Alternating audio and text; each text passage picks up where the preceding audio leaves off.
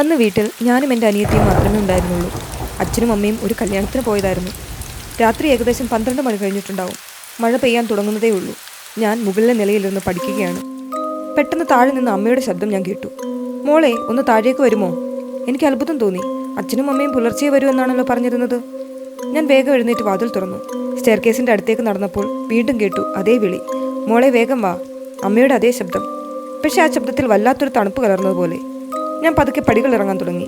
താഴത്തെ ഹാളിൽ വെളിച്ചമില്ല. ഇരുട്ട് താരോ നിൽക്കുന്നത് പോലെ എനിക്ക് തോന്നി. ഞാൻ ലാസ്റ്റ് സ്റ്റെപ്പും ഇറങ്ങി താഴത്തെത്തി. അടുക്കളയുടെ ഭാഗത്തു നിന്നാണ് വിളി വരുന്നത്. ഞാൻ അങ്ങോട്ടേക്ക് നടക്കാൻ തുടങ്ങിയതും പെട്ടെന്ന് എൻ്റെ മുറിയിലെ വാതിൽ തുറന്ന് അനിയത്തി ഓടി വന്ന് എൻ്റെ കയ്യിൽ മുറുക്കി പിടിച്ചു. അവൾ പേടിച്ച് വിറയ്ക്കുന്നുണ്ടായിരുന്നു.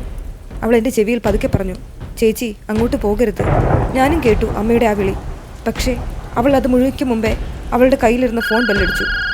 സ്ക്രീനിൽ നോക്കിയപ്പോൾ ഞാൻ തളർന്നുപോയി. അമ്മയാണ് വിളിക്കുന്നത്. അമ്മ ഫോണിലൂടെ പറഞ്ഞു, മോളെ, മഴ കാരണം ഞങ്ങൾക്ക് വരാൻ പറ്റില്ല, വണ്ടി കിട്ടുന്നില്ല.